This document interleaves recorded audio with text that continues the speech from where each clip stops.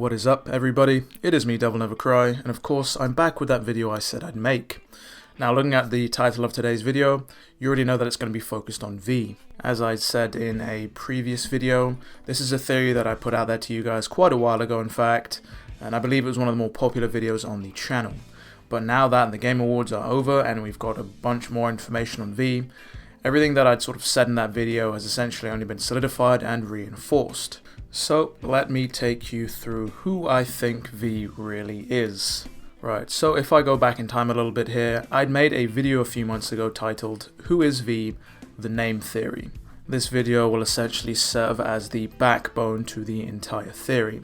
So if you haven't seen it, I'd suggest you go and watch it, but for those of you who don't have the time, I'll give you a short rundown of that video. So the video essentially focuses on the DMC3 manga, the one that acts as a prequel to the DMC3 video game. And in this manga we come to find out that a demon's name, its true name, holds all of its power, and if a powerful being were to take this name by force, it would essentially render the demon powerless and free to do as you bid. Now this was something that Sparta himself did. He took the names of the 7 sins, the 7 hells, and essentially inscribed them onto the base of Temen Negru so that they'd be bound there for eternity to act as its protector. Now we see this in the DMC3 video game itself in the normal enemy encounters. That's right, that is the very reason we fight these 7 sins in Devil May Cry 3. But that isn't all. We come to find out that demons can essentially contract part of their name or their entire name out to another being. This would essentially provide that other being who's entered into this contract with a demon their power. However, at the cost of this, they'd have to go and do their bidding. Now here's where V comes into the picture. Now at this point, Vergil is almost dead. He's damaged and broken following his defeat in DMC1. Therefore, he contracts part of his name to V, giving him his initial and access to his power. At the cost of this, V has to do Vergil's bidding. And of course, it all explains why exactly V is named V. So now that the short recap of that video is over, let's move on to the other evidence presented to us as to why this theory may actually be true. Now let's first of all start off with V's tattoos.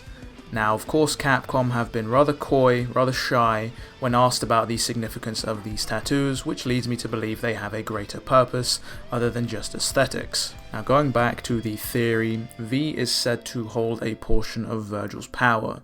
Now of course V here is only human, so he has to inscribe and sigil himself with these tattoos to act as a seal to contain all of this power. Which is why when we see V tap into that supposed devil trigger, into Vergil's demonic energy, we can see the tattoos begin to dissolve and his hair flashes to a brilliant white. Another key piece of evidence to this DMC puzzle is the fact that V can actually use some of Vergil's techniques. Now of course V here has been seen to be able to teleport, which of course is something that both Dante and Vergil can do, but he's also pictured here being able to use Vergil's summoning swords technique.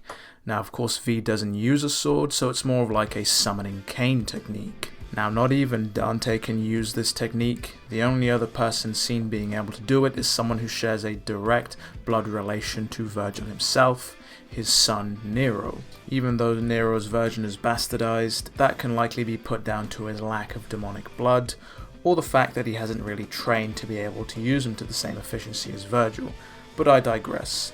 V is able to use the summoning swords technique. That is a major piece of evidence. Moving on, another piece of evidence is V's use of the familiars, to be precise the fact that they're Devil May Cry enemies, the original Devil May Cry, which in fact, chronologically speaking, this is the last time Vergil was seen alive, albeit as Nello Angelo. Now from what we know, the Order scoured that island after the events of Devil May Cry 1, that's how they were able to get the fragments of the Nello Angelo armor and create all the Angelos and blah blah blah. However, as I'd mentioned in a previous video, there is no evidence that that is all they took. For those of you that remember Devil May Cry 1, that castle had an extensive library with books on all sorts of things from alchemy to potential demonic rituals. Now, who's to say the Order didn't help themselves to this library, this wealth of demonic knowledge, especially considering their pursuit of demonic knowledge and their pursuit of wanting to worship Sparta? And going by some leaked cutscenes, we know that Nero still has access to these documents, and that Nico wants to get a hold of them. That's why she directly asked Nero for them.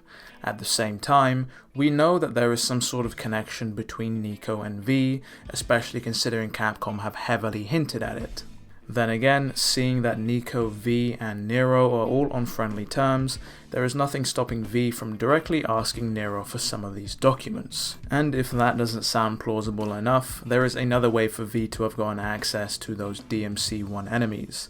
Now, as I said, the last time we saw Vergil alive was when he was brainwashed and under Mundus's control.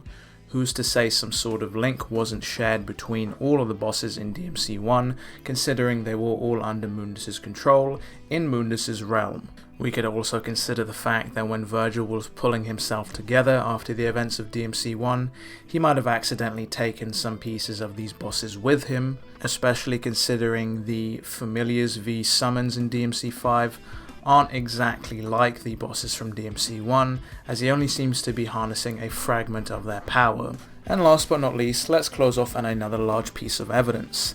Now, if you paid attention to the Game Awards trailer, you'll see that there are quite a few close-ups of V, with him looking disheveled and with his face and skin beginning to crack.